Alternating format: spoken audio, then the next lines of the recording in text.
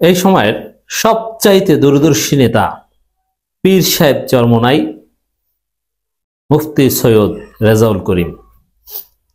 দর্শক, আপনারা দেখছেন যে নতুন একটা জোট হয়েছে 18-20 দল মিলে, যেটা একদম সহজ হিসাব যে ওটাই আওয়ামী লীগ। আওয়ামী লীগ কি আগামী নির্বাচনে ওই যে আনিসুল ইসলাম মাহমুদ, আনোয়ার হোসেন মঞ্জুদের নেতৃত্বে যে জোট হয়েছে ওইটা। কিন্তু উচিত ছিল বিপ্লবীদের ওই জোট ঘোষণা অনুষ্ঠানে হামলা করা, এটাই উচিত ছিল। যেরকম সেই লতিফ সিদ্দিকীদের একটা প্রোগ্রাম চট থাপ্পড় দিয়ে প্রোগ্রাম জয় বাংলা করে দেওয়া হয়েছে, শেষ। বরং ওই লতিফ সিদ্দিকীদের ধরে নিয়েছে, প্রজন্ম 71 বা কি একটা শুরু করেছিল না। বিপ্লবীদের আওয়ামী চেষ্টা এভাবেই জয় বাংলা করে দিতে হবে, চুদলিং পং করে দিতে হবে। তো উচিত ছিল যে ওই যে আনিসুল ইসলাম মাহমুদ ফেসিবাদের দোসর এবং আনোয়ার হোসেন মঞ্জুদের যে জোট, ওইটা জোট ঘোষণা অনুষ্ঠানেই ওদের থাপড়ে দাঁত ফালাই দেওয়া, কিসে যা বাড়ি যা, কিসের জোট ঘোষণা করবি।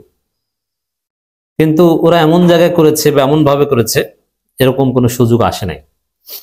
কিন্তু রাজনৈতিক দলগুলোকে এই ফেসিবাদের পুনর্বাসনে, পুনরুত্থানের, ফেসিবাদ ফিরে আসার বা যে ফেসিবাদকে রাজনীতিতে অংশগ্রহণ করার সুযোগ সরকার নিষিদ্ধ করেছে, তারা নির্বাচনে অংশগ্রহণ করবে অন্য ফরম্যাটে। এই সুযোগের বিরুদ্ধে সরকার এবং সব রাজনৈতিক দল সোচ্চার হবে, এটাই উচিত ছিল। কিন্তু দুঃখজনকভাবে কোনো রাজনৈতিক দলেই তেমন কার্যকর কোনো ভূমিকা পালন করতে পারেনি সেই জোটের বিরুদ্ধে। গণ অধিকার পরিষদ মিনমিন করে 2-4টা কথা বলেছে ইনফরমালি, ফরমালি কারো কোনো রিয়াকশন নাই। এর মানে কি যে আনিসুল ইসলাম মাহমুদ, আনোয়ার হোসেন মঞ্জুদের আড়ালে আওয়ামী লীগ নির্বাচনে অংশগ্রহণ করতে যাচ্ছে, কেউ কিছু বলছেন না তো। কিন্তু যখন দেখবেন যে এর মধ্য দিয়ে বড় একটা অঘটন ঘটবে, এমনকি নির্বাচন বানচালের একটা প্রেক্ষাপটও তৈরি হতে পারে এদের নির্বাচনে অংশগ্রহণের মধ্য দিয়ে, নির্বাচনে অংশগ্রহণের মধ্য দিয়ে বানচাল হতে পারে। একটা সময় আসবে এরা দাঁড়িয়ে শেষ যদি নির্বাচন থেকে দূরে সরে যায় বা মনোনয়নপত্র প্রত্যাহার করে নেয়, এরকম বিএনপির সাথে মিলে বা নানানভাবে অনেক ষড়যন্ত্র করা সম্ভব। যেই সময়ে ষড়যন্ত্রের অভিযোগে শওকত মাহমুদ সহ আরো অনেককে গ্রেপ্তার করা হচ্ছে, সেই সময় এই ধরনের জোট, এটা রাজনীতি অশনি সংকেত।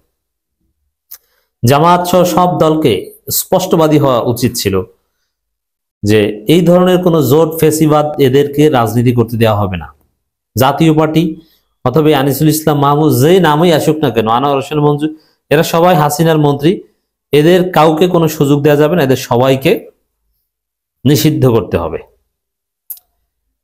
এরকম কোনো কথাবার্তা কোনো রাজনৈতিক দলে বলতে পারেনি। কিন্তু আমি কি বলা উচিত ছিল বা দৃষ্টিভঙ্গিটি কি হওয়া উচিত, আমি এই আলোচনার মাধ্যমে আশা করি বুঝাতে পেরেছি।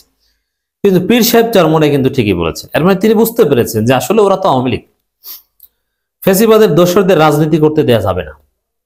ধন্যবাদ জানাই পীর সাহেব চরমোনাই। কিন্তু তিনিই সবচেয়ে দূরদর্শী নেতার পরিচয় দিলেন, যে তিনিই বলেছেন সর্বপ্রথম বড় নেতাদের মধ্যে একদম স্পষ্টভাবে যে ওই সব জোট টোট অমুক তমুক, আনিসুল ইসলাম মাহমুদ আর আনোয়ার হোসেন মঞ্জু, এদের রাজনীতি করতে দেয়াই যাবে না। কোনো সুশীলপনা নয়, রাগ ঢাক রেখে কথা নাই, ক্লিয়ার কথা, এদের রাজনীতি করতে দেয়া যাবে না। এরা রাজনীতিতে নামলে, প্রেস ক্লাবে প্রোগ্রাম করতে আসলে এদেরকে পিটাতে হবে। যেরকম লতিফ সিদ্দিকী আর আরো কয়েকজনকে পিটিয়ে তারপর ঘরে পাঠিয়ে দেওয়া হয়েছে না, কিছুদিন জেল খেটে এখন চুপচাপ বসে আছে, ওই টাইপের পিটানি দিয়ে আনোয়ার হোসেন মঞ্জু, আনিসুল ইসলাম মাহমুদদেরকে ঘরে পাঠিয়ে দিতে হবে। পীর সাহেব চরমোনাইয়ের বক্তব্যের তাৎপর্য এটা, কারণ তিনি বলেছেন উচিত হবে না, তাও বলেন নেই যে ফেসিবাদের দোসরদের রাজনীতি করতে দেয়া যাবে না। গণমাধ্যমগুলো প্রশ্রয় দিচ্ছে এই আওয়ামী লীগের সিটিমকে, আওয়ামী লীগের এই ফিরে আসাকে। একমাত্র আমার দেশ পত্রিকা তারা যে ফেসিবাদের দোসরদের নতুন জোট এইভাবে সরাসরি আখ্যা দিয়ে রিপোর্ট করেছে। তো দর্শক, ইসলামী আন্দোলন বাংলাদেশে আমির ও চরমোনাই পীর মুফতি সৈয়দ মোহাম্মদ রেজাউল করিম বলেছেন, জাতীয় রাজনীতিতে নানা জোট মহাজোট হচ্ছে। এর মানে ওই যে আনিসুল ইসলাম মাহমুদ এবং আনোয়ার হোসেন মঞ্জুদের জোটের দিকেই ওই কথাই বলেছেন।